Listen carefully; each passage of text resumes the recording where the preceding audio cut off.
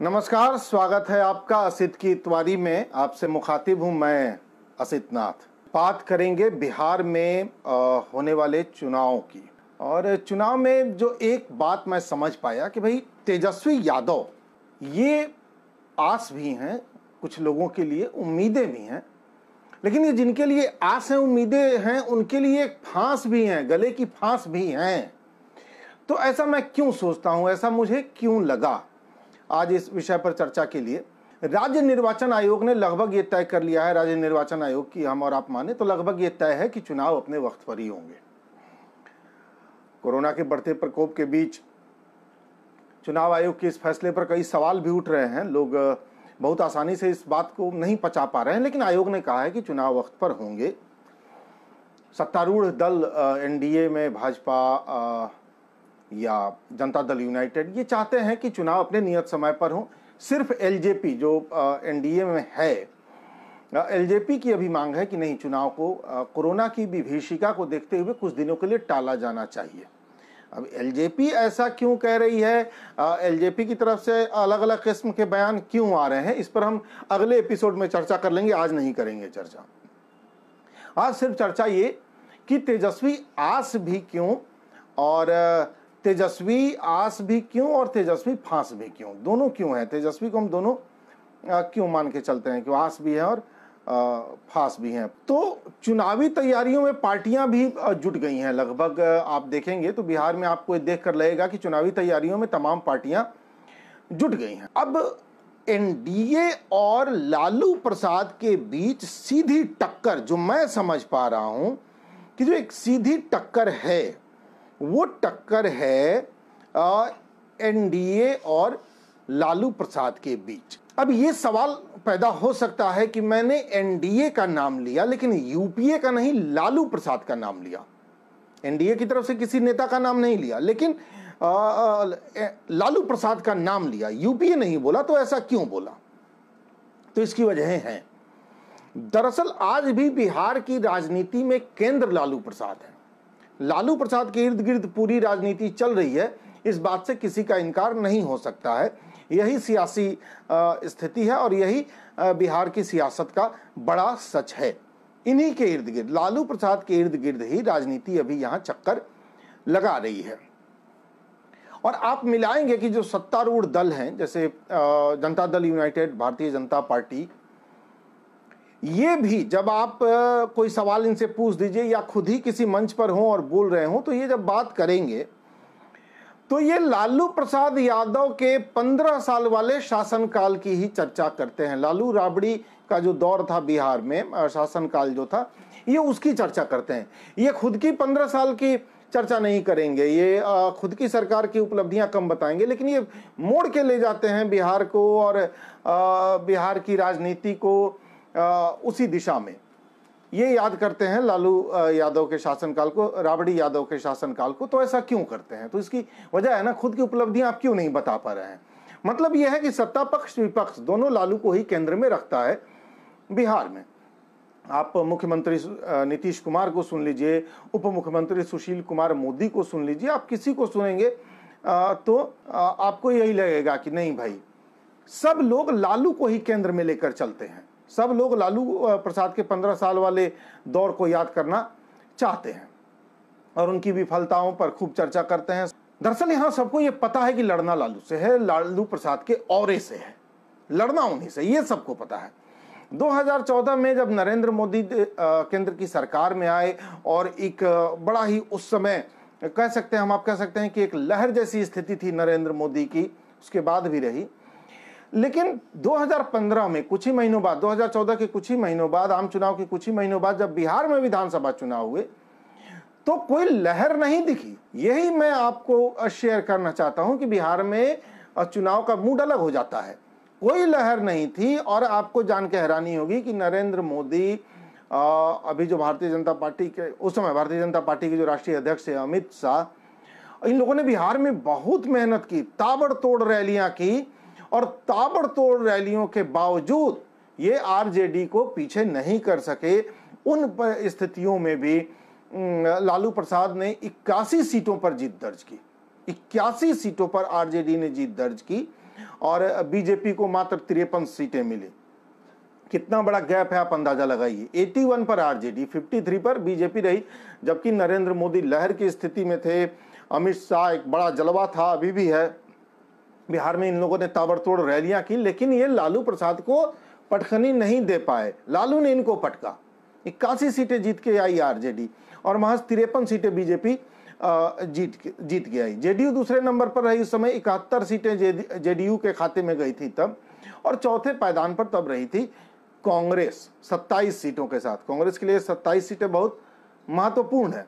अच्छा, इसमें गौर करने वाली बात यह है कि ये चुनाव तब आरजेडी, जेडीयू, कांग्रेस ने एक साथ मिलके लड़ा था। उससे पहले नीतीश कुमार बीजेपी के साथ थे, बीजेपी की गवर्नमेंट में थे, बिहार का मुख्यमंत्री थे, लेकिन अचानक 2015 में अंतरात्मा जागती है। मैं बड़ा हैरान होता हूँ चुनाव के वक्त अंतरात्माओं को जब जागता देखता हूँ, तो कहीं के चुनाव सिर्फ बिहार में नहीं, पूरे देश में आप देखेंगे कि राजनेताओं की अंतरात्मा ठीक चुनाव से पहले जागती है और कुछ राजनेताओं की अंतरात्मा ठीक चुनाव के बाद जागती है, अब उन्हें किसको समर्थन देना है, और इसकी आवाज सिर्फ वही सुन पाते हैं, उनकी आत्मा जो अंदर से बोल रही होती है।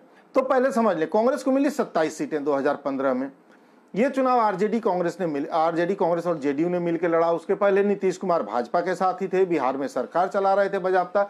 अचानक 2015 के विधानसभा चुनाव से पहले उनकी अंतरात्मा जाग गई, और जागी हुई अंतरात्मा ने उनको एनडीए से कहा भागने के लिए। वो भागे और यूपीए में आ गए, और यूपीए में आते ही, उससे पहले भी वो कह रहे थे, नरेंद्र मोदी जी को उन्होंने सांप्रदायिक कहा, दंगाई कहा, भारतीय जनता पार्टी को बड़का झंझटिया पार्टी, झगड़ालू पार्टी की संज्ञा दी।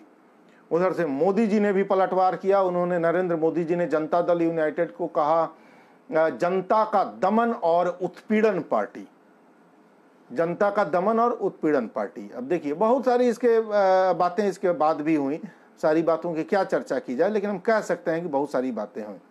खैर, खूब आरोप प्रत्यारोप लगे और ये चुनाव ये लोग जीत के आए, और आरजेडी, जेडीयू, कांग्रेस की सरकार बनी। लेकिन वो सरकार ज्यादा दिन चली नहीं। नीतीश कुमार एक बार फिर बीजेपी की तरफ भागे, और फिर जो नरेंद्र मोदी उनको बड़े ही दंगाई और सांप्रदायिक लगते थे, वो उनको बड़े ही महात्मा पुरुष लगने लगे। जो भारतीय जनता पार्टी उनको बहुत ही झगड़ालू पार्टी और देश को बांटने वाली पार्टी लगती थी, वो अब सबसे अच्छी पार्टी लगने लगी। और जो जनता दल यूनाइटेड नरेंद्र मोदी जी को जनता का उत्पीड़न करने वाली, दमन और उत्पीड़न करने वाली पार्टी लगती थी, वो अब नरेंद्र मोदी को जनता की सेवा करने वाली पार्टी लगने लगी। तो फिर यू टर्न हुआ नीतीश कुमार का, और वो बीजेपी के साथ आ गए और सरकार बना ली। 2015 के चुनाव में आरजेडी, जेडीयू और कांग्रेस गठबंधन ने चुनाव जीता, लेकिन बाद में नीतीश कुमार उसके मुखिया बने, मुख्यमंत्री रहे। हालांकि सीटें इनकी पार्टी को कम थी, 71 सीटें थी, 81 सीटें आरजेडी की थी, फिर भी आरजेडी ने मुख्यमंत्री नीतीश कुमार को ही बनने दिया। बावजूद इसके नीतीश कुमार नहीं रहे ज्यादा दिनों तक, वो फिर बीजेपी में गए। बीजेपी में जाने के बाद भले इनकी सरकार में रहे, मुख्यमंत्री की कुर्सी इन्होंने बचा ली, लेकिन ये सच्चाई है कि इनकी साख को एक बड़ा डेंट लगा। इस घटना से इनकी साख को एक बड़ा डेंट लगा, और कह सकते हैं कि बिहार के सबसे बड़े जनाधार वाले नेता बनने का मौका नीतीश कुमार ने वहां खो दिया। ये सच्चाई, इतना डेंट लगा कि एक बड़ा मौका था इनके सामने। अभी भी बिहार में सबसे बड़े जनाधार के नेता लालू प्रसाद हैं, तो वो मौका नीतीश कुमार के पास था। लेकिन जो यू टर्न इन्होंने लिया, और जिसके बाद इनका नाम पलटू राम लोग कहने लगे, आम चर्चा में लोग, मोहल्लों में, गलियों में आप बात कीजिए, लोग कह देते हैं। तो एक बड़ा मौका था जब ये बिहार के सबसे बड़े जनाधार के नेता हो सकते थे, तो वो मौका नीतीश कुमार ने वहीं गंवा दिया। ये सच्चाई है, वो मौका था इनके पास, ये बन जाते, सबसे बड़े जनाधार के नेता बन जाते, लोगों को इन पर भरोसा था। और लेकिन तमाम लानत मलामत के बावजूद फिर एनडीए में जाना, तो वो मुझे लगता है कि एक इनके लिए बड़ा डेंट था। और इसमें कोई संदेह नहीं कि आज भी लालू प्रसाद ही सबसे बड़े जनाधार के नेता हैं। 81 सीटें लेके विधानसभा में आरजेडी बैठी है, तो यूं ही तो नहीं बैठी है। लेकिन वो लालू प्रसाद हैं, तेजस्वी यादव नहीं है जनाधार वाले नेता। ये हमें स्पष्ट समझ लेना चाहिए। जनाधार लालू प्रसाद का हो सकता है, जनाधार तेजस्वी का नहीं है। तेजस्वी मास के लीडर अभी शायद नहीं हो पाए हैं, लालू प्रसाद मास के लीडर हैं। हाँ, कमजोर हुआ है, ये सच्चाई है कि 90 के दशक में जो लालू प्रसाद की स्थिति थी वो अब नहीं है, लेकिन अभी भी बिहार के सबसे बड़े जनाधार वाले नेता तो हैं, लेकिन लालू प्रसाद हैं वो, तेजस्वी यादव नहीं है वो। और अब नेतृत्व तेजस्वी के हाथ में। तो अब मैं आ रहा हूं उस मुद्दे पर कि आखिर मैंने ये बात क्यों कही कि भाई तेजस्वी यादव आस भी हैं और तेजस्वी यादव विश्वास भी हैं और तेजस्वी यादव फांस भी हैं। क्यों ये बात कही? सन 2000 के बाद लालू प्रसाद लगातार जनाधार खोते गए, कई वजहों से खोते गए। जिस तरह सत्ता में रहते हुए लालू प्रसाद आपराधिक राजनीति से खुद को जुदा नहीं कर पाए, अलग नहीं कर पाए, उसी तरह आज भी लालू प्रसाद पारिवारिक राजनीति से खुद को अलग नहीं कर पाए। वो सब कुछ परिवार को ही दे देना चाहते हैं, बाकी सबका सहयोग लेना चाहते हैं।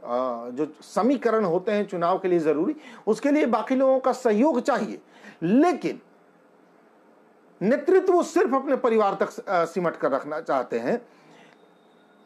इस प्रयोग में भी अगर उन्होंने राबड़ी देवी के हाथ में सब कुछ दिया होता, तब भी पार्टी में वो स्थिति नहीं होती जो अभी है, या जनाधार इतना नहीं जाता। हुआ ये कि को भी पता था कि भाई राबड़ी देवी को पार्टी प्रमुख बनाने, अध्यक्ष बनाने के वक्त भी वो जान रहे थे कि क्या होना है। तेजस्वी को जब उन्होंने पार्टी प्रमुख बनवाया, देखिए बिहार में एक बड़ी पुरानी कहावत है और आप सब लोग जानते होंगे, लइका मालिक बूढ़ दीवान, मामला बिगड़े सांझ बिहान। मतलब कम उम्र का मालिक हो और अनुभवी और बुजुर्ग दीवान जो पहले हुआ करते थे, खजांची या एम्प्लॉय कह सकते हैं, तो मामला जो है रोज बिगड़ना है। वो यही हुआ इनके साथ, आरजेडी के साथ, लइका मालिक बूढ़ दीवान, अब मामला बिगड़ने लगा सांझ बिहान। तेजस्वी यादव हो गए राजद प्रमुख। अब दिक्कत ये हो गई कि भाई 50 से 80 साल के जो राजनेता हैं, जिनमें कई लोग हैं जिनको लालू प्रसाद खुद भैया बोलते हों, या जो लालू प्रसाद को डांट देते हों मौके बेमौके, कई हैं जो लालू प्रसाद के मित्रवत हैं, कई हैं जो उनके समकक्ष हैं, इनको भी तेजस्वी यादव का नेतृत्व स्वीकार करना पड़ा। अब हुआ ये कि ये स्वीकार्यता दिल से नहीं, दिल से लोगों ने नहीं स्वीकारा, ये राजनीतिक व्यवस्था मजबूरी में लोगों को स्वीकार करना पड़ा। एक 24-25 साल के नेता को, जिसको गोदी में खिलाया हो, जिसके पालन पोषण को अपने सामने देखा हो, उसे अब अपना नेता मानना पड़ा लोगों को। तो ये बात बहुत दिल से लोग स्वीकार नहीं कर पाए। अब हुआ ये कि ये नेता भले ही दिल से स्वीकार नहीं कर पाए, लेकिन इनके आपसी स्वार्थ भी इतने थे, आपसी स्वार्थ आपस में इतने टकरा रहे थे कि ये पार्टी में कभी ये इस हैसियत में आ ही नहीं पाए कि उस नेतृत्व को चुनौती दे सके या लालू प्रसाद की इस परिवारवादी सोच को चुनौती दे सके। ये कभी उस हैसियत में नहीं रहे कि मिलकर एक नई पार्टी खड़ी कर लें और फिर आरजेडी को चुनौती दे सकें या तेजस्वी को चुनौती दे सकें, क्योंकि इनके आपसी स्वार्थ ही टकराते रहे और कुछ अलग करने की हैसियत में नहीं रहे। अच्छा, इनमें से ज्यादातर वो नेता हैं जो कम से कम कट्टर धार्मिक सोच के नहीं है, वरना ये दूसरी पार्टियों में जगह तलाश लेते। कांग्रेस में जा नहीं सकते थे क्योंकि आरजेडी से कांग्रेस में जाइएगा तो कांग्रेस में हाशिए पर चले जाइएगा, नहीं तो आरजेडी के नेता नाराज हो जाएंगे, भाई कांग्रेस ने क्यों हमारे नेता को महत्व दिया। तो आरजेडी के नेता नाराज हो जाएंगे, ये कांग्रेस ही नहीं चाहेंगे, तो कांग्रेस में नहीं जा सकते। और दूसरे दलों में उनको डर था कि कहीं उनकी छवि भी धार्मिक कट्टरवाद की ना हो जाए। तो ये कम से कम इस मामले में भी लालू प्रसाद ठीक ठाक लगे, कम से कम ये तो उनका क्लियर स्टैंड रहा, चाहे उनके साथ जो कुछ भी बीता। खैर, तो अब क्या हुआ कि अब तेजस्वी को चुनौती दे नहीं पाए और उसी पार्टी में पड़े रहना पड़ा इन नेताओं को। तो अब इन्हीं तेजस्वी के नेतृत्व में लड़ना भी है, यही उनकी आस भी है, और यही तेजस्वी आरजेडी के उन नेताओं की फांस भी है। सच्चाई तो यही है, करें क्या अब बात आती है कांग्रेस की। कांग्रेस की बात आती है कि भाई 89-90 के बाद जो हम सबने देखा भी है, उसके बाद की जो पीढ़ी होगी उसने नहीं देखा होगा, लेकिन मुझे ये दोनों घटनाएं याद आती हैं, मंडल और कमंडल का दौर। तो 1989-90 में मंडल और कमंडल की जो सियासत हुई उसमें कांग्रेस आ गई हाशिए पर, ये सच्चाई हम सब जानते हैं। कांग्रेस की मुश्किल ये थी कि कांग्रेस खुलकर किसी खास जाति विशेष या एक दो जाति विशेष की राजनीति नहीं कर सकती थी, ना ही कांग्रेस खुलकर किसी धर्म विशेष की राजनीति कर पाती। मंडल कमंडल ने भारत की राजनीति को इन्हीं दो ध्रुवों में बांटा, या तो सीधे जात की राजनीति या तो सीधे सांप्रदायिक राजनीति। कांग्रेस इस दोनों में खुद को फिट नहीं कर पाई और यहीं से कांग्रेस गई हाशिए पर। तो अब कांग्रेस की मुश्किल यही हो गई, ना ही खुल के जात की राजनीति कर पाई, ना ही खुल के सांप्रदायिक राजनीति, और मंडल का मंडल के बाद भारत की राजनीति कमोबेश यही हो गई, या तो आप खुल के जात की राजनीति कीजिए या खुल के सांप्रदायिक कीजिए। ये दोनों कांग्रेस नहीं कर पाई और कांग्रेस चली गई अब हाशिए पर। कांग्रेस की मुश्किल दरअसल यहीं से शुरू हुई और यहां से शुरू हुई में हुआ ये कि भाई जो पिछड़े वोट बैंक पर तब के जनता दल का कब्जा हो गया, मतलब लालू प्रसाद यादव उनकी टोली का, और अगड़ों पर हिंदुत्व के नाम पर भारतीय जनता पार्टी का कब्जा हो गया। अगड़े वोट बैंक पर भारतीय जनता पार्टी का कब्जा हो गया। बाद में स्थितियां बिगड़ती गईं, कांग्रेस की आंतरिक गुटबाजी भी बहुत ज्यादा हो गई और आंतरिक गुटबाजी की वजह से प्रदेश स्तर पर कांग्रेस में कोई ऐसा नेता नहीं रहा जिस पर जनता सीधे भरोसा कर ले और उसके नेतृत्व पर भरोसा करके वो कांग्रेस को वोट दे सके। आंतरिक गुटबाजी ने कांग्रेस में इस तरह के नेताओं को उभरने भी नहीं दिया। ऐसा नहीं कि कांग्रेस में ऐसे नेता नहीं थे, इस क्षमता के नेता नहीं थे, ऐसे योग्य नेता नहीं थे। काफी ऊर्जा मान लो, काफी क्षमता मान लो, कांग्रेस में आज भी हैं, लेकिन इनकी आंतरिक गुटबाजी उनको उभरने नहीं देती है। सच्चाई ये है। तो अब क्या हुआ, आंतरिक गुटबाजी ने कांग्रेस में किसी ऐसे नेता को आगे भी नहीं उभरने दिया। जात की राजनीति खुल के कर नहीं पाई कांग्रेस, सांप्रदायिक कर नहीं पाई, कांग्रेस गई हाशिए पर। बाद में स्थितियां इतनी खराब हो गई कि बीजेपी को रोकने के लिए कांग्रेस को जनता दल के चक्कर में, या कहें लालू प्रसाद यादव के चक्कर में, चक्कर छाप चुनाव चिन्ह भी था, ध्यान रखिएगा, चक्कर में उलझना पड़ा।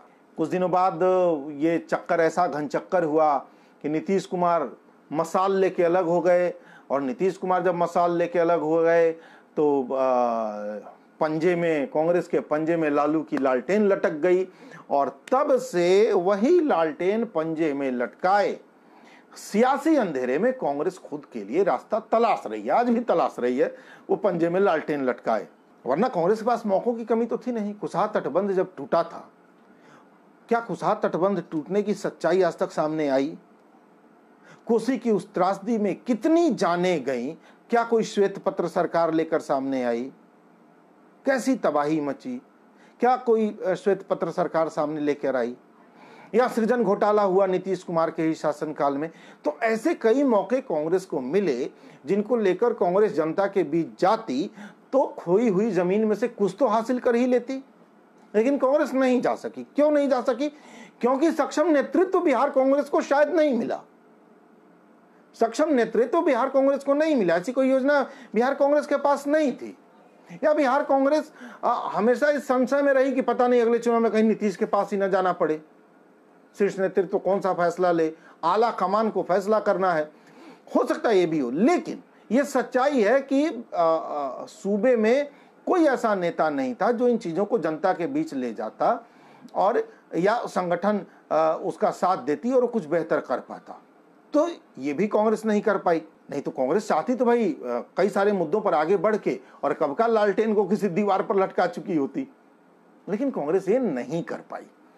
और आज भी सूबे में कांग्रेस के पास कोई ऐसा नेता नहीं है जिसका अपना कोई ठोस जनाधार हो और जिसके आह्वान पर लोग भरोसा कर सरकार की नीतियों का विरोध कर सकें। ऐसा कोई नेता आज भी कांग्रेस में मुझे तो कम से कम नहीं दिखाई देता। हो सकता है आप लोगों को दिखाई देता हो या हमारे दर्शकों में से किसी को दिखता हो या कांग्रेसियों को दिखता हो, लेकिन मुझे कम से कम नहीं दिखता कांग्रेस में आज भी कोई ऐसा नेता जिसका अपना ठोस जनाधार हो, जिसके आह्वान पर लोग कोई आंदोलन कर लें या सरकार के खिलाफ कोई मुहिम चला दे।